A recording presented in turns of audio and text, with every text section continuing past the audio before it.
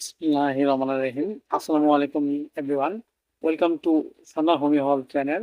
আজ একটি ভিডিও নিয়ে আলোচনা করব। ভিডিওটি হলো নাকের ভিতর ঘা রোগে হোমি ওষুধ। এভরিওয়ান, এটি একটি গুরুত্বপূর্ণ একটি ভিডিও। নাসিকের ঘা একটি চর্মরোগ। এই রোগ দেখা যাচ্ছে আমাদের মাঝে ছোট কিংবা বড় প্রায় সকল মানুষের মাঝে এই রোগটি দেখা দেয়। এই রোগটি হওয়ার বিভিন্ন কারণ হয়ে থাকে। তার মধ্যে কিছু কিছু কারণ হলো আমাদের মাঝে কোনো কোনো ঠান্ডা কিংবা সর্দি কখনো যদি লেগে থাকে, এর ফলে অনেক সময় আমাদের মাঝে এই নাকে গা রোগটি হতে পারে। সেগুলান এই রোগটি আমাদের মাঝে হলে কিছু করণীয় বিষয়গুলো জেনে সুস্থ হতে পারে। যেমন দেখা যায় একজন ব্যক্তির নাকের ভিতর গা হয়েছে, স্পর্শ করলে রক্ত ঝরে, ব্যথা করে, এসব লক্ষণে আমরা হোমিওপ্যাথি একটু ওষুধ দিতে পারি। সেটা হলো অ্যাডাস্টিস 30 আমি 2 ফোঁটা করে সকাল এবং বিকেল 2 বার সেবন করতে পারি।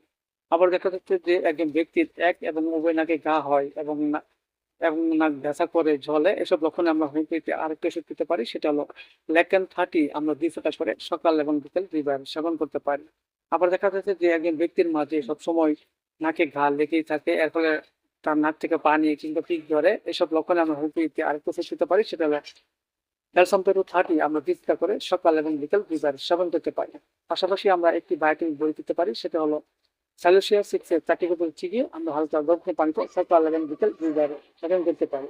এর ফলে আমাদের মাঝে নাকে যে ঘা রুটি হয়েছে তা আস্তে আস্তে হয়ে যাবে এবং আমাদের মাঝে সুস্থ হয়ে ফিরে আসবে। সেগুয়ান, যদি ভালো লাগলে অবশ্যই আপনারা লাইক দিয়ে সাবস্ক্রাইব করবেন। ভালো থাকবেন, সুস্থ থাকবেন।